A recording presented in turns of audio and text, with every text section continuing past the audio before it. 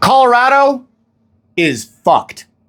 You see, while most of you in this country are dealing with some record snowfalls, I'm seeing dangerous avalanches to the west of me, and out east of me in South Carolina, my brother got 6 inches of snow a couple weeks ago. That's insane. However, Colorado has not been the recipient of any of it. This has been the worst winter I've seen in my life. And apparently it's the worst one for snowpack since they started keeping records sometime, I think, in the 70s.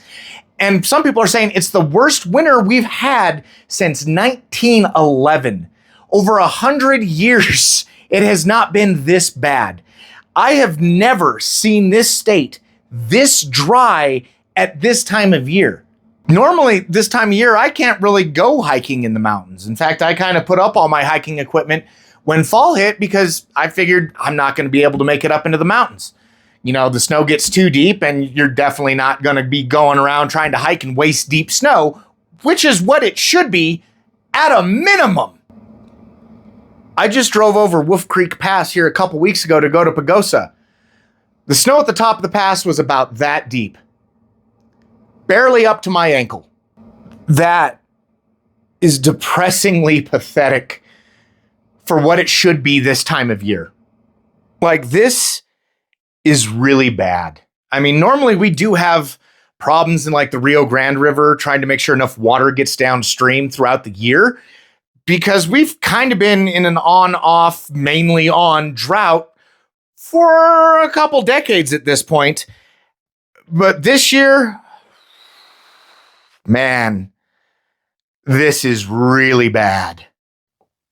You see, we had thought this winter was actually going to be a pretty heavy snowfall winter. I mean, at least partly in southern Colorado, because around October last year, we ended up with so much torrential rain, both the San Juan and Rio Grande rivers flooded out.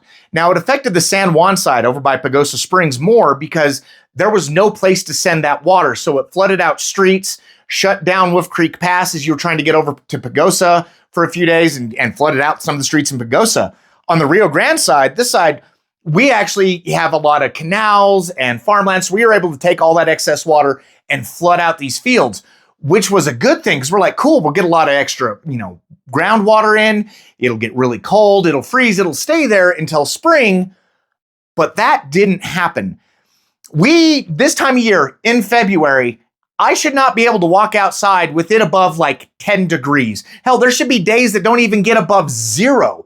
We're used to getting nights down into the -20s, -30s, some years way lower than that. But that didn't happen this year. In fact, just last week, I walked outside in shorts because it was almost 60 degrees outside in February. Like, this time of year in February and March is supposed to be about when we get the most snow in Colorado.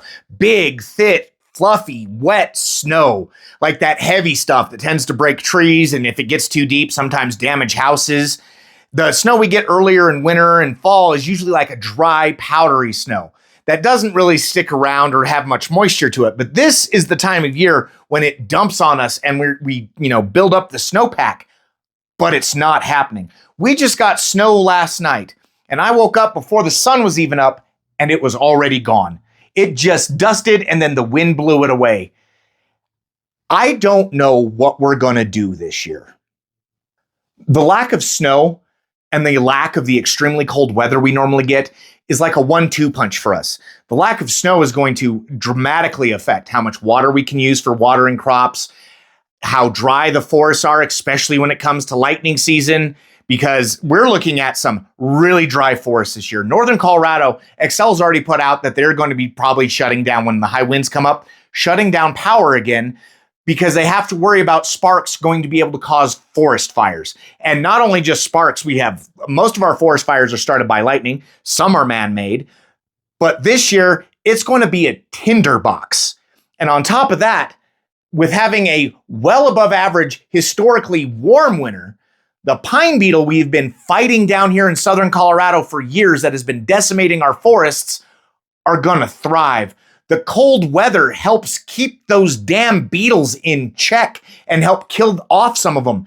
That didn't happen this year. So not only are we looking at having our forest turn into a tinderbox, the trees that are alive are going to be killed by the pine beetles. I have no doubt that our air quality down here in southern Colorado this summer is going to go straight to shit. Because you got to understand where I'm at. I'm this high elevation valley, about 1.5 miles plus above sea level, acts as this smoke sump. Like for every forest fire that happens all around us, even the ones like in Canada when they blew that, smoke in last year, year before last, it just kind of settles here. It doesn't have anywhere to go. It gets blown over the mountains and then just sits in this valley. So anytime there is a forest fire in Colorado or any state anywhere near us, that smoke just ends up here and it doesn't go anywhere. It just sits as this haze that lasts for days to weeks at a time, depending on the severity of the fires.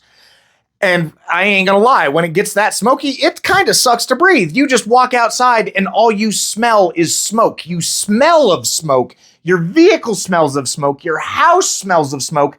Everything just smells of smoke. I don't know what we're gonna do. There's nothing that can really help us at this point. Even if we were somehow to get a huge surprise storm, it's far too late in the year for that to really impact the snowpack. It is what it is at this point in time. So all we're left here in Colorado is kind of sitting in a waiting game, waiting for summer to hit and a wall of bullshit to come our way. So for the residents of Colorado and those coming to visit here, you're going to need to obey all red flag conditions. Because let's be honest, this is going to be a summer of just nothing but red flag conditions. 4th of July is already off the table. I hope some cities got cool drone shows planned because fireworks are going to be a no-go. Don't be coming here throwing your lit cigarettes out a window, starting campfires, burning your trash, anything like that. If they tell you you can't even drive ATVs for risk of the heat of your muffler starting fires, don't fucking do it.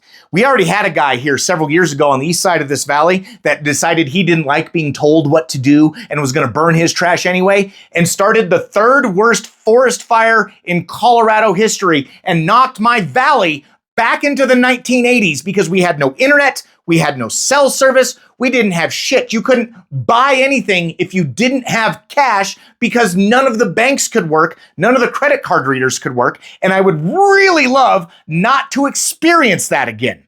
So if you come here or you live here, follow the red flag conditions. You do not want to be the person that burns my state to the ground.